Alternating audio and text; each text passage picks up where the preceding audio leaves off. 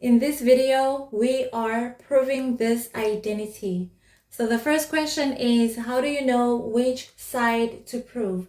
Do you prove the left-hand side or do you prove the right-hand side? I do advise that you choose the busy side. You choose the side that has a lot going on simply because it is easier to break it down.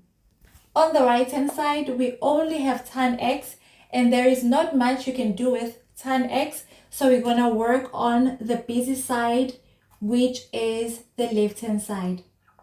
Before you start breaking down the left-hand side, you have to keep in mind that tan x can also be written as sine x over cos x. So if we break down the left-hand side and we find ourselves with sine x over cos x, you have to know that we have proven the right-hand side. Now, in our numerator, we have sine 2x. But on the right-hand side, we have nothing that looks like a double angle. So we have to break down this double angle so that it looks simple. Sine 2x is a double angle that has one identity, which is 2 sine x cos x. In our denominator, we also have a double angle, which is cos 2x. And we have nothing that looks like a double angle on the right-hand side. So we have to break it down so that it looks simple. Cos 2x is a double angle for cos that has three identities. The first one is cos squared x minus sine squared x. The second one is 2 cos squared x minus 1. And the third one is 1 minus 2 sine squared x. So how do you know which identity to use among these three identities? Because we are looking for cos x in our denominator, we have to choose the identity that only has cos x because it is the only thing that we are looking for in the denominator. The identity that has only cos x is 2 cos squared x minus 1. So we're going to have 1 plus 2 cos squared x minus 1.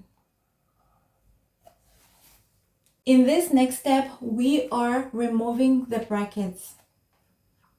In our numerator, there is nothing that we would rather change, which would lead us to the answer. So we're just going to drop it as it is.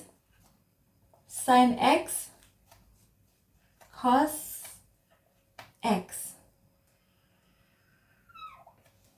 In the denominator, we have 1. This positive sign multiplied by all of this would give us a positive 2 cos squared x minus 1. This 1 cancels this 1. 1 minus 1 is 0, which leads us to 2 sine x cos x. We can also write 2 cos squared x as 2 cos x cos x. You would agree with me that this looks exactly as this. Cos x cancels cos x, and this 2 is divided by this 2, leaving us with sine x over cos x, which is the identity for tan x, which is equal to the right hand side. Thank you guys for watching. We'll see you on the next video.